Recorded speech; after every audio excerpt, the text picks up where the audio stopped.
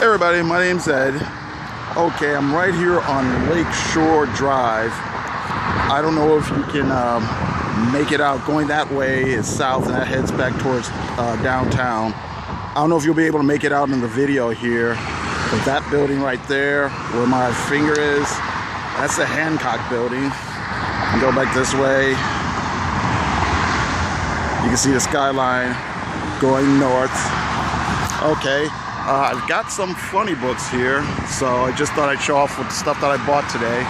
So, let's see here. I'm going to get somewhere where I can sit down for a second, and then we'll jump into it. Yeah, I decided to move from where I was at. We're going to start over right here.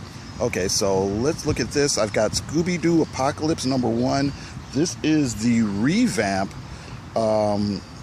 Drawn by Jim Lee, written by Keith Giffen and J.M. DeMathis. Be interesting to see how they do this take. I guess this is the more serious, quote-unquote, serious version, where they've updated the characters, you know, backstories and mission statement and everything like that. So, okay. Shaky cam, shaky cam. Jupiter's Circle, Volume 2, number 5. I think I mentioned before, this series kind of caught me by surprise. I didn't expect to... Oh, Jesus fucking Christ. Hang on. Okay, so Jupiter's Circle, Volume 2, number 5. Written by Mark Millar and the arts by Chris Sprouse. I think I mentioned in the last video, I didn't really expect to enjoy it as much as I am. But it's a really interesting take on superheroes like back in the 60s. So that kind of alternative take on that whole sort of Silver Age type superhero team. Really get into things like politics and interpersonal relationships and marriages and philosophy and things like that. So, okay, next I have Shaft, Imitation of Life. Number 4 of 4, written by David Walker and Dietrich Smith. I also have Doctor Strange, number 8, Jason Aaron and Chris Bachalo.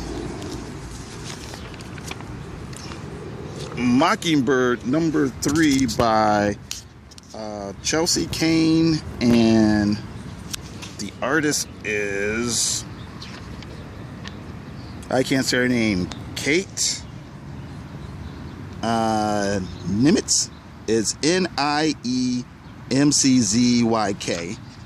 Alright.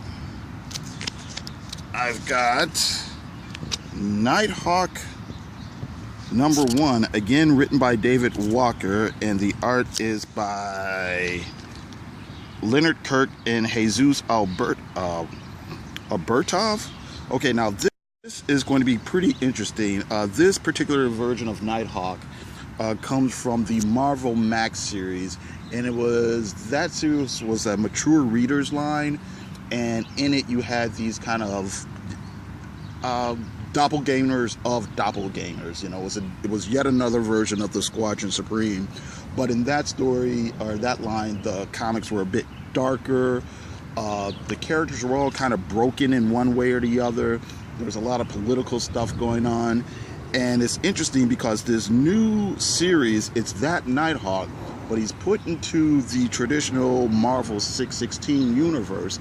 And it'll be interesting to see how far they're actually going to let David Walker push some of the more extreme racial aspects and things like that, because it's one thing to do it in a mature comic, but it's another thing to do it in the 616 universe that has to kind of abide by, you know, traditional superhero rules and things like that. So it'll be interesting to see how far they take it.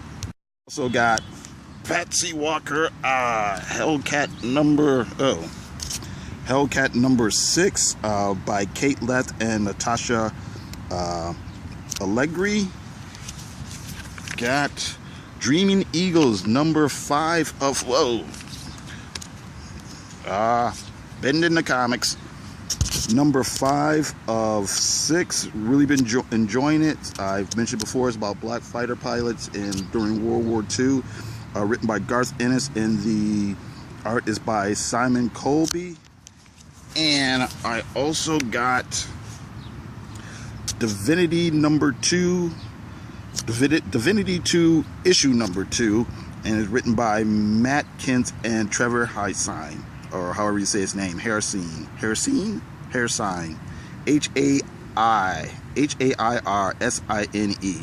All right, and that's pretty much it.